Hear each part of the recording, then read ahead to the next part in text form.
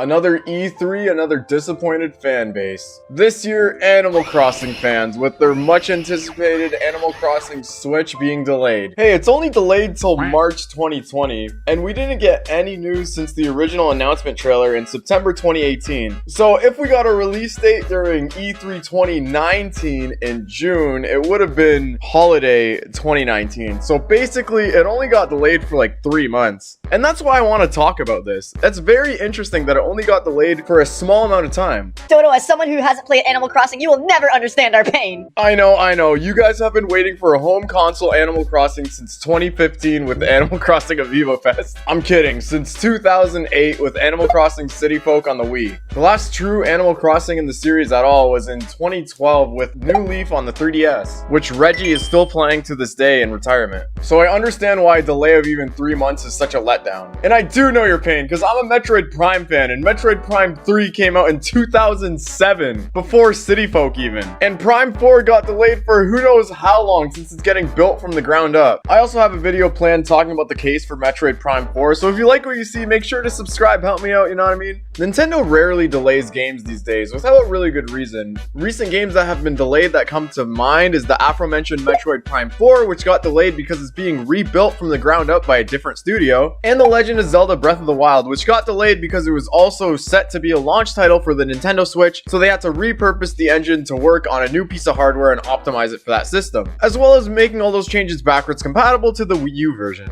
So again, it is interesting to have a game like Animal Crossing New Horizons be delayed for not an extreme amount of time, especially in today's post-patch era of gaming. And Nintendo takes full advantage of this, like adding things like Smash Bros. Stage Builder in its community tab months after release, as well as the plans to add Super Mario Maker 2 online multiplayer with friends feature later on in its lifecycle. We're even looking at things like Pokemon Sword and Shield adding the National Dex compatibility later on in the game's lifecycle. And most people would consider this being an essential piece of the game's software before release, but even this is okay for them to release. Nintendo has always been good with estimating their release schedule and releasing the games in the time frame that they said they would. And they announced Animal Crossing New Horizons in September 2018, which is crazy. They didn't do the whole Breath of the Wild 2 thing where they said, oh, by the way, this game is in development. No, they said it was coming out in 2019, which means even back then they probably had a large amount of the work done. Even New Horizons games producer Aya Kyokogo said during the E3 2019 Treehouse Live event that the game pretty much looks done, but there are some features that they want to work on. Another thing Nintendo said for the reasons for the delay was that they wanted to have work-life balance for the employees. The way Nintendo works is they have a team for everything, so this meant specifically for the Animal Crossing team. This leads me to believe that things have been changed since the original announcement in September 2018. What could they possibly be adding that can't be addressed during a future patch? Clearly, as shown and stated by the producer, they have the engines in place. Whatever feature is worked on, the team believes that it is essential when the game's released for it to be there. What could that feature possibly be? This is what made me want to make this video, because I've been thinking about this. It's not like there could be a game-breaking bug or something like that that they need to fix,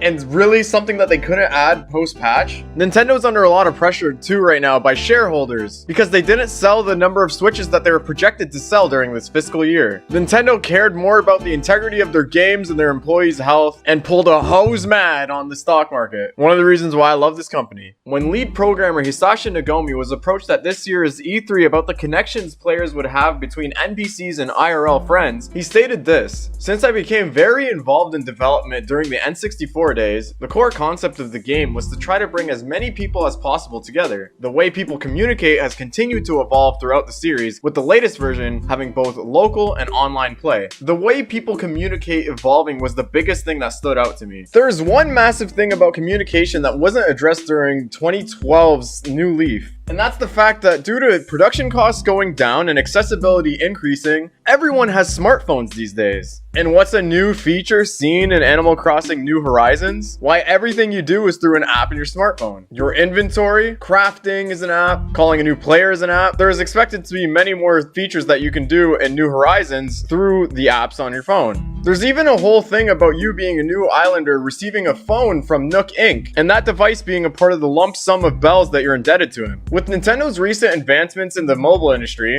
such as having an entire Animal Crossing on the mobile platform, that being Pocket Edition, it's safe to assume that there will be some sort of app that will work with Animal Crossing New Horizons. I mean, take a look at Smash Brothers. There's a whole community sharing application with it that you can even download new maps and Miis from this service, and even rate the things that other users have created, akin to a whole social media platform. Think about how much more that this could be done with Animal Crossing. I mean, there's an entire in-game camera app set with filters and everything. It wouldn't surprise me if you could share this stuff with a real application on your own phone and have it as an Instagram type sort. They had an in-game photo feature with things like Odyssey, but that was just for your own fun. Animal Crossing is all about the flex, and with this game even having more customizable features such as putting furniture anywhere on the island, as well as being able to move furniture just half a unit, it's safe to assume that this game will really be all about the flex. And what better way to flex than through social media on your phone? Again, during the E3 2019 Treehouse live show, they showed off local multiplayer well, and they talked more in depth about local multiplayer. That being that it supports up to 8 accounts on the Switch to inhabit the island, and that 4 people can play at once. They didn't have anything to say about how online works, if you could visit other people's islands or just their homes. And since Nintendo has been good with multiplayer recently, adding features such as Super Mario Maker 2 online with friends, it's safe to assume that they understand that other people would want to work online on an island with a friend. I believe the Mario Maker team did this because of the backlash they received without having this feature initially in the game, and I'm sure the Animal Crossing team saw the backlash from this and realized that people would want the same thing that they could do locally on their Switch but online with their friends. In the exact same way that every account on a Switch works on the same island, and that you can work in unison and build your own houses. Think about how cool that would be. That would be like having a Minecraft server and having your friends in it, but with Animal Crossing, where everyone's got their own territory and they work on their own things with setting furniture outside and everything. Managing this though could be a nightmare, so the help of something always accessible and always on you, such as your smartphone, would be a great way to keep in contact with people that are doing stuff on their islands or on your island. I really wouldn't put it past Nintendo to think about this as a core feature needed in the game. Again, this is all speculation, but with the emphasis on using your phone for everything in New Horizons and really bringing players together, and the fact that they didn't want to talk about online play quite yet, this does lead me to believe that they're working on a feature to work with mobile phones, and that has to do with multiplayer.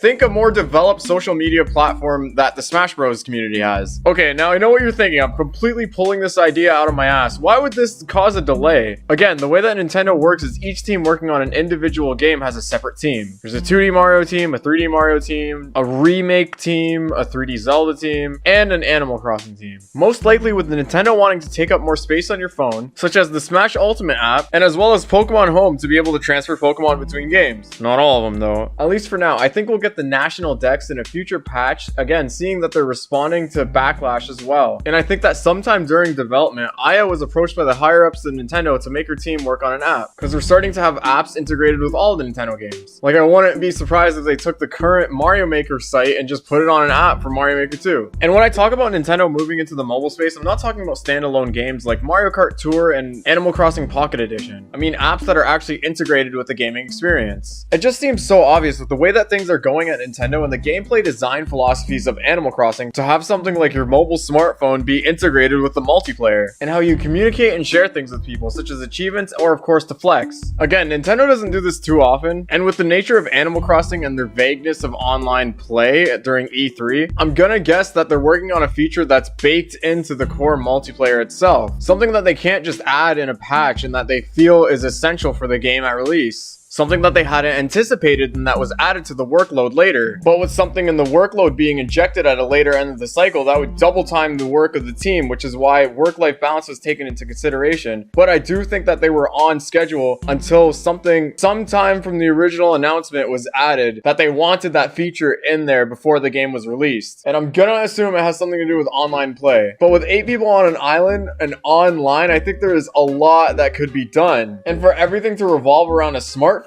and knowing Nintendo and not have that baked into the multiplayer just seems unreasonable. Again, it seems like a very obvious feature to have some sort of social media platform revolving around checking people's islands and taking pictures and flexing. It's all about the flex, damn it. It's Animal Crossing. It really is all speculation though, and it's up in the air. Maybe they just had to reallocate people on their Animal Crossing team to another team. Or they just bit off more than they could chew in the beginning and someone got fired. This was just a very interesting case and I wanted to talk about it. Me having been on the development team for almost 2 years, this really fascinates me. And I know that things rarely look the same from when a project starts to when it's completed. And 2 years is basically nothing compared to the actual life cycle of projects. That's my theory. Maybe they had an app plan since the beginning, but I really do think that there's going to be some sort of smartphone app that's integrated with the multiplayer. As always, leave a comment telling me what you thought. What are your ideas on my speculation? What's your experience with Animal Crossing? How did you feel about the delay? You know me, I literally get to every single comment. And I just want to thank everybody for all the support recently. I've tried so many damn formats of videos on this channel. And thanks to everyone that stayed after the whole content strike and me being unable to stream on YouTube. And just stick around to see the type of videos and the evolution of the channel. We're actually almost at 1,800 subs, so thank you so much. Easily the most difficult milestone of this channel by far. Because with content being shifted from streams to videos and then me having to figure out what the hell videos would work with the whole content strike being unable to stream, we lost a hell of a lot of subs and I thought I was gonna lose this community entirely. So thank you for everyone that stayed. I really do appreciate it. Honestly, thank you. And these sort of speculation discussion videos have been actually very fun for me to do. And I'm surprised with how much positive feedback you guys have given it. I do want to screw around more though, obviously with my more Let's Play, Mimi, stream highlight type videos. But I think I want to make more of these videos too. It's fun for me to just speculate and talk my mind and see what you guys think. But that's it for this one. Remember to leave a like, subscribe, bell, all that what? Why would I make a discussion video on that? Oh my god, we've been over this. Fuck off.